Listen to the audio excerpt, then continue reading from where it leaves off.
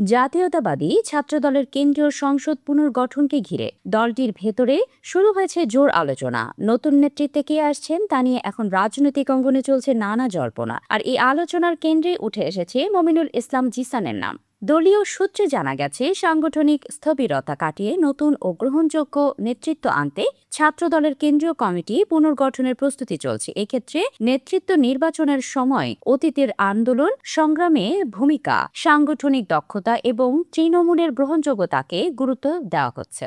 সভাপতি পদের সম্ভাব্য প্রার্থীদের মধ্যে আলোচনা রয়েছেন বর্তমান সহসভাপতি এইচ.এম. আবু জাফর। দীর্ঘদিন রাজপথের আন্দোলনে সক্রিয় থাকার কারণে তৃণমূলের একটি অংশের কাছে তিনি পরিচিত মুখ। অন্যদিকে সাধারণ সম্পাদক পদের সম্ভাব্য প্রার্থীদের তালিকায় এগিয়ে রয়েছেন রাজু আহমেদ। এছাড়া নেতৃত্বের আলোচনায় রয়েছেন শ্যামল মালুম, আমানুল্লাহ আমান এবং খোরশেদ আলম সোহেল। তবে সবচেয়ে আলোচিত নামগুলোর মধ্যে উঠে এসেছে বর্তমান কমিটির যুগ্ম সম্পাদক মমিনুল ইসলাম জিসান। দলীয় সূত্র বলছে, তরুণ প্রজন্মের নেতাকর্মীদের সঙ্গে তার শক্ত যোগাযোগ এবং সাম্প্রতিক রাজনৈতিক কর্মকাণ্ডের সক্রিয় ভূমিকার কারণে তিনি এখন আলোচনার কেন্দ্রবিন্দুতে। এই কারণে নতুন কমিটির নেতৃত্বে জিসানের নামও গুরুত্বের সঙ্গে বিবেচনা করা হচ্ছে। তবে এখনো পর্যন্ত ছাত্রদলের নতুন কমিটির শীর্ষ পদে কারা আসছেন সে বিষয়ে কোনো আনুষ্ঠানিক ঘোষণা দেওয়া হয়নি। দলীয় হাইকমান্ড খুব শিগগিরই এই বিষয়ে চূড়ান্ত সিদ্ধান্ত নিতে পারে বলে জানা গেছে।